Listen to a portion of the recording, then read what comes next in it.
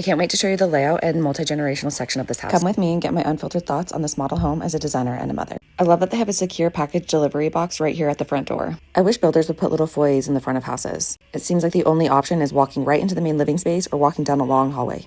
I'm glad there's a coat closet right here at the front. The past few houses I've walked through haven't had a coat closet at all. We'll come back to the upstairs and the basement. I like the color of the cabinets in here, and with the backsplash and countertops, it's very subtle. The color makes the space feel really calm, but also allows you to put your own personality into it when you move in. I was glad they put cabinets under the island instead of wasting that space. This pantry is such a disappointment. For this size home, I would expect it to be a bit bigger. This is our little owner's entry / mudroom. It's pretty tight in here, especially if these doors are open, but there is a good amount of space in this closet if you ever want to take the doors off and convert it into some kind of finished storage. I really don't like these cabinet pulls. They're metal and thin and stick out, and I just know that you would nick yourself all the time. When I glanced out this window is when I noticed that this was a multi-gen home, or ADU. I'm going to show you the office and then we're going to go right back outside and up to it. When you see random items like a bench in a place you wouldn't sit down, it's pretty clear that it's dead space. I don't love the pedestal sink. I wish there was something with storage. The tile on that back wall, not my favorite. I like that this office is a little bit tucked back, but I don't think this would ever be functional as an office. It would be a great playroom or some kind of hobby space. What would you use that space for? I do wish that this fireplace was double-sided and they had it in the office as well. I don't love the tile choice for it. It doesn't feel like it really goes with this house. I always check above a dining room table for the hard wire for the chandelier. If you notice in this case, the hard wire is nowhere near where it should be right above the table. If you're building a home, this is something you need to check when you do your walkthrough before they put up drywall.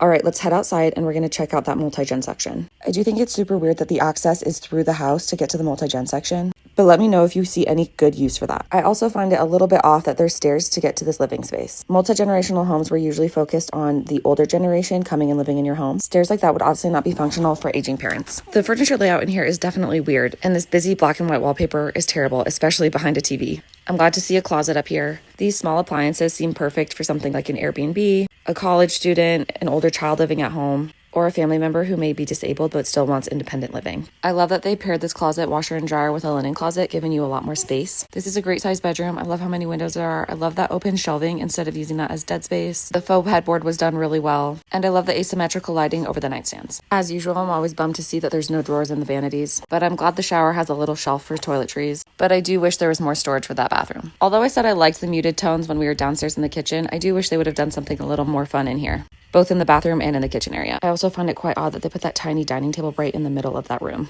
All right, we're gonna head back outside and into the main house. On my way out, I did notice, I think there is an entrance to this multi-gen space from the outside, but I'm not quite sure how that's gonna work. As we head back to check out the upstairs and the basement, let me know what you think so far. Do you like the layout of this house? Did you like that multi-gen section? What would you have done differently? Or would you have kept it all the same? Let me know what you think, and I will see you tomorrow with the upstairs and basement.